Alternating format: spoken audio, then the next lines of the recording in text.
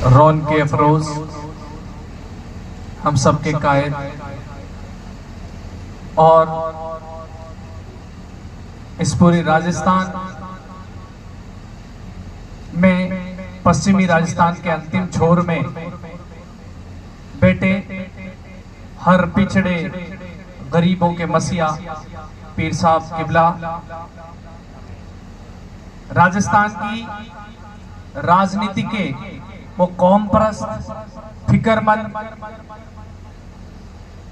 राजनेता एमडी चौकदार साहब और स्टेज पर विराजमान उलेमा हजरात, मेरे सामने बैठे हुए विद्यार्थीगण, समस्त जालोर वासी, अस्सलाम वालेकुम वरहमतुल्लाहि बरकातुहू।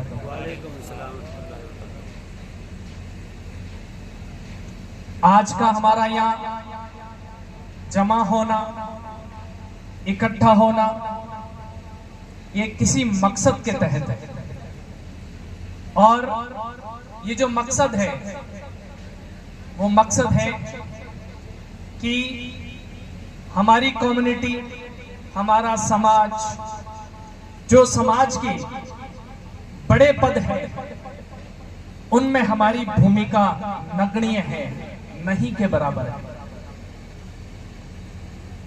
हम हमारी पॉपुलेशन का आधार देके तो हम लगभग 15% के करीब की, 15 से 20% की पॉपुलेशन हमारी है और हर साल जो अपर सेवाएं हैं उन सेवाओं में जब हमारे बच्चों के सिलेक्शन का रेशियो आता है तो वो नहीं के बराबर होता है हमारी पॉपुलेशन को देखा जाए तो।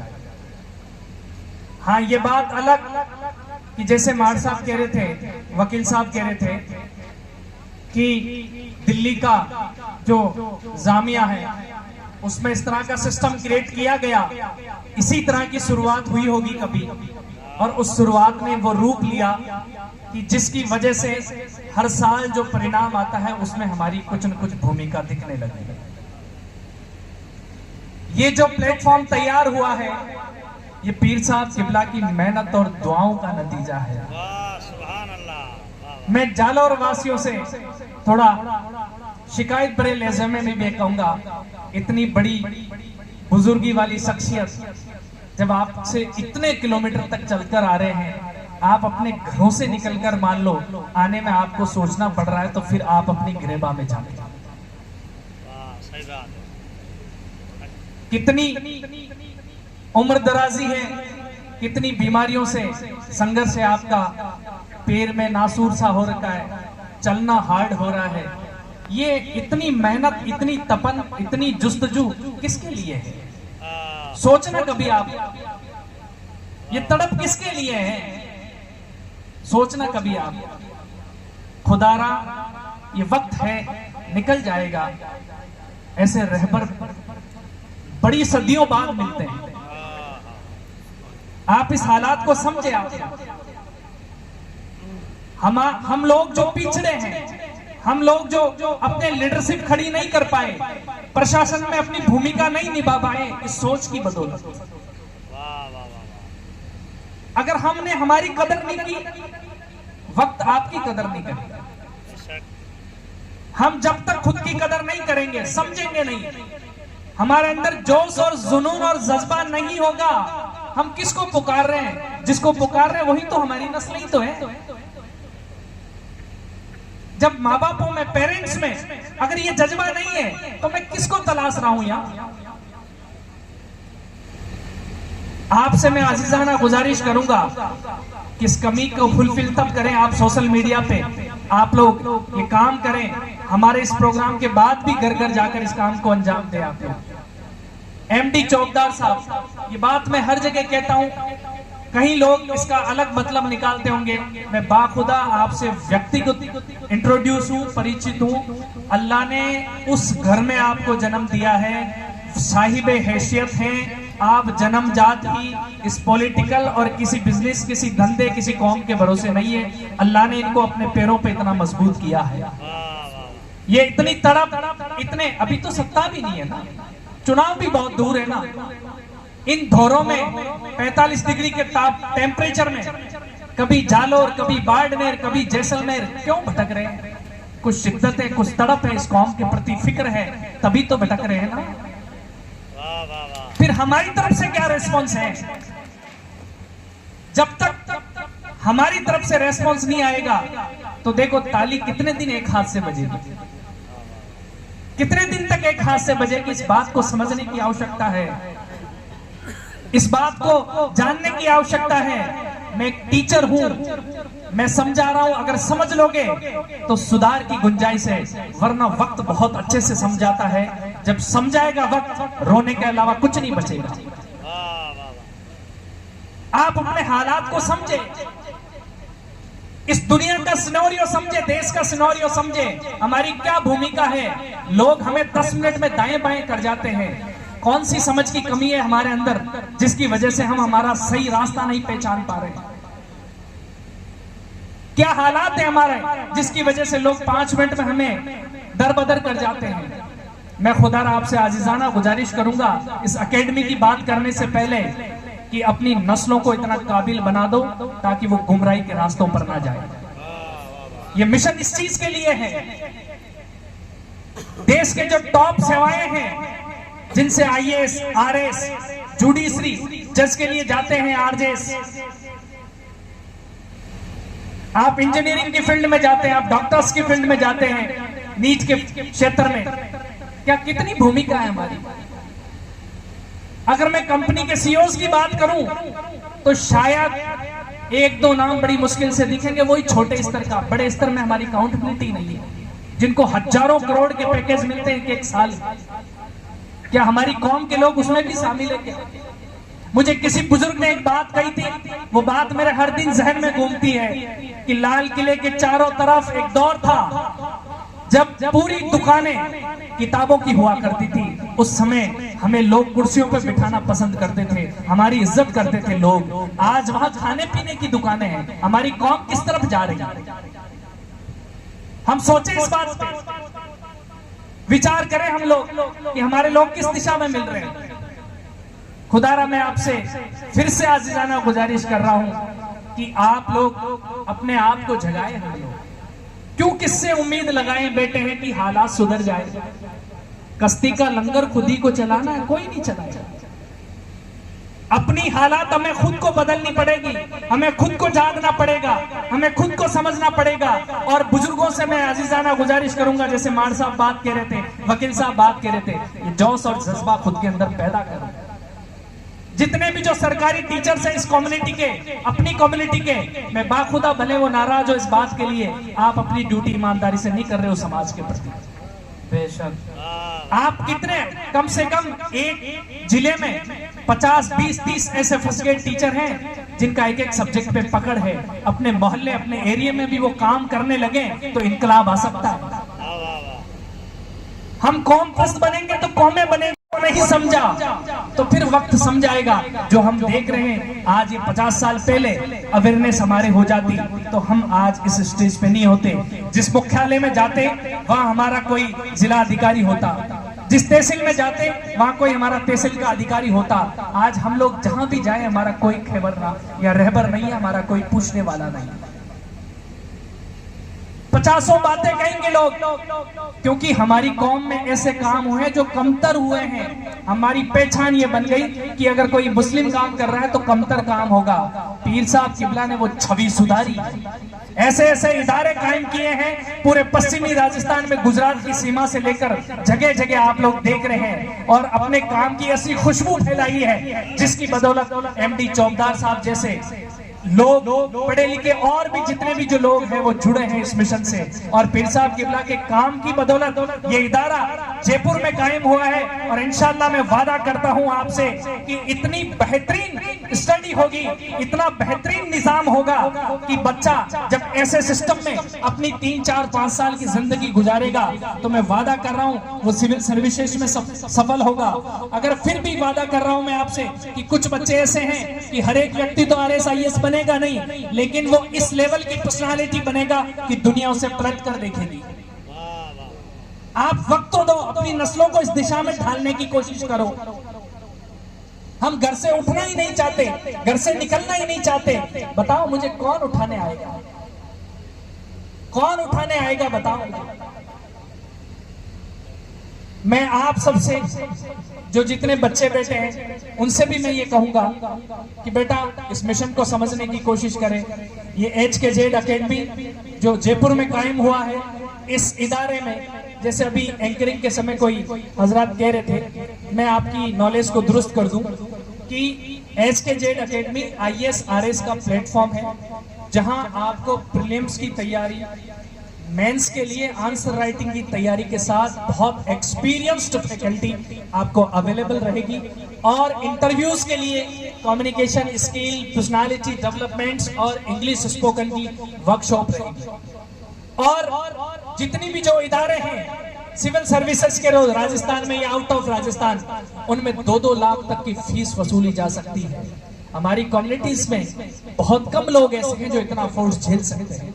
पीर साहब किबला ने, MD चौबदार साहब ने, और जितने भी इस कौम के फिक्रमंद लोग हैं, उन सब ने इस मिशन का आगाज किया है, ताकि बहुत कम फीस में हमारी कम्युनिटीज के बच्चे, गरीब पिछड़े बच्चों को ये उच्च क्वालिटी की, उच्च गुणवत्ता की शिक्षा दी जाए, और उनको उस सेवाओं के लिए तैयार किया जाए जिस सेवाओं में जाकर वो इस देश की मूल धारा का हिस्सा बनेगा, वो देश की नीति निर्माण का हिस्सा बनेगा। ये सारी मेहनत उसके लिए हो रही है।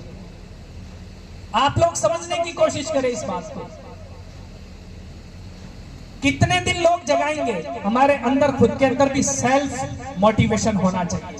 हमारे खुद के अंदर भी कुछ आग पैदा होनी चाहिए कि हम कुछ करें, इस कौम के लिए कुछ करें, अपनी नस्लों के लिए कुछ करें, अपने मुआशरे के लिए कुछ करें। वरना आपको दुनिया तो इस रूट पे ले जाने के लिए तुली है कि तुम गीले नशे से नफरत करते हो, तुम्हें सूखे नशे में डाल दिया। गुटके, खैनी, तंबाकू के सहारे तुम्हें इस ट्रैक पे लाए, और उससे भी आगे जाने कौन कौन से नशों में आप लोग जो है आपकी नस्लों को डालने की तैयारी हो रही है। और अभी तक हमारा प्लस ये है कि हम वो कौम है जिसमें नशा आम नहीं है, लोग डरते मारे, छुपके मारे कर रहे हैं। दूसरी कौमें गफलत में हैं। मैं आपसे अनुरोध करूंगा कि आप खुद को संभालें, दूसरे समाजों की भी इज्जत करें, दूसरे समाजों से जुड़ कर रहें, मोहब्बत करें उनसे भी, वो भी अपने भाई हैं। लेकिन आपसे मैं आजीजाना गुजारिश कर रहा हूं कि आप खुद की नस्लों को मजबूत करो, खुद के जो बच्चे हैं उनको पढ़ाओ, समाज की मुख्य धारा का हिस्सा बनाओ उनको, वरना पिछड़ जाओगे। लोग आपसे मतलब की दोस्ती रखेंगे। इस हालात को समझ जाओ आप। अगर नहीं समझे तो इसमें नुकसान सबका है। आप समझे इस बात को। कितने लोग, कितने बच्चे ऐसे हैं जिन्होंने सेकंड ग्रेड, थर्ड ग्रेड में सिलेक्शन होने के बाद में सरेंडर कर देते हैं, बस अपनी रोजी रोटी में लग जाते हैं। मैं आपसे गुजारिश करूंगा, फर्स्ट ग्रेड बनने वाले, सेकंड ग्रेड बनने वाले, आगे भी तैयारी, अपनी मेहनत को जारी रखो। तुम में से कहीं ऐसे लोग हैं जो RS बन सकते हैं, तुम में से कहीं लोग ऐसे हैं जो IAS बन सकते हैं, तुम में से कहीं लोग ऐसे हैं जो बड़े पदों में जा सकते हैं। आप अपनी मेहनत को कंटिन्यू बनाए रखें, संतुष्ट ना हो। मंजिल से बढ़कर मंजिल तलाश कर, मिल जाए तुझको दरिया तो समंदर तलाश कर। हर शीशा टूट जाता है पत्थर की चोट से, पत्थर ही टूट जाए वो शीशा तलाश कर। और सजदों से तेरे क्या हुआ, सदियां गुजर गई, दुनिया तेरी बदल दे वो सजदा तलाश कर। और करे सवार ऊंट पर अपने गुलाम को, मैं पीर साहब किबला के बारे में कह रहा था, इतनी तकलीफें, उसके बावजूद तुम्हारी फिक्र है, तुम्हारी नस्लों की फिक्र है। करे सवार ऊंट पर अपने गुलाम को, खुद पैदल ही चलते ऐसे आका तलाश कर। मंजिल से बढ़कर मंजिल तलाश कर, मिल जाए तुझको दरिया तू समंदर तलाश कर। हर शीशा टूट जाता है पत्थर की चोट से, मेरे भाई पत्थर ही टूट जाए वो शीशा तलाश कर। मैं आपसे अनुरोध करूंगा कि अपने अंदर, अपनी नस्लों के अंदर वो जोश और जुनून पैदा करो, कि उनके अंदर जज्बा पैदा हो कि मुझे कुछ करना है, मुझे कुछ बनना है। जब तक जोश और जज्बा नहीं होगा उनके जिंदगियों में, तब तक वो अपने मकामात हासिल नहीं करेंगे, बड़े पदों पर नहीं जा सकेंगे। बड़े पद बहुत कुर्बानियां मांगते हैं, बहुत समर्पण मांगते हैं, बहुत वक्त मांगते हैं। वो वक्त, वो समर्पण, वो कुर्बानियां देनी पड़ेगी, तब जाकर उपलब्धियों का सेहरा सर पे बनता है। इतना आसान नहीं।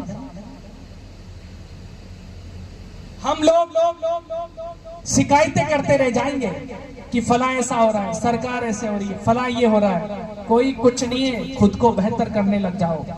जब दुनिया कुछ भी कह रही हो आप खुद पे इन्वेस्ट करने लग जाओ, खुद को बेहतरी की दिशा में ले जाने लग जाओ। जितने भी जो बच्चे पढ़ रहे हैं उनसे मैं अजीजाना गुजारिश करूंगा कि आप अपने पेरेंट्स की हालात को समझें। आप लोग जापान, चाइना, बहुत सारी स्कूलें हैं जहां बच्चों को अपने पेरेंट का स्ट्रगल दिखाया जाता है, संघर्ष दिखाया जाता है, और उस संघर्ष से जो बच्चों में सेल्फ मोटिवेशन पैदा होता है कि यार अपने माँ बाप कितने तकलीफ में हैं, हमें कुछ जिंदगी में कुछ करना चाहिए। ये सोच हम हमारे बच्चों के साथ बैठकर जिक्र करेंगे तब पैदा होगी, वरना उन ऐसे दोस्तों के साथ वो जुड़ जाएंगे जो दोस्त उसको कहीं का नहीं छोड़ेंगे। हमें ये बात समझने की जरूरत है, घर के स्ट्रक्चर को सुधारे हम लोग, धीरे धीरे समाज का स्ट्रक्चर सुधर जाएगा। हमारे बच्चों को हम लोग सही रास्ते पे लाने की कोशिश करें। मैं कह रहा हूं हमारे बच्चों को आईएएस की जुस्तजू में लगा दो, आईआरएस के लिए लगा दो। कोई नीट की तैयारी कर रहा है उनको तैयारी कराओ आप लोग, कोई बच्चा AIEEE जेईई की तैयारी कर रहा है उसको कराओ आप लोग, आरजेएस की तैयारी चाह रहा है उसको आरजेएस की तैयारी के प्लेटफॉर्म खड़े करो आप लोग। जब सूरज का इरादा करेगी तुम्हारी नस्लें, वो चांद तक जरूर पहुंच जाएगी, मैं वादा कर रहा हूं आपसे।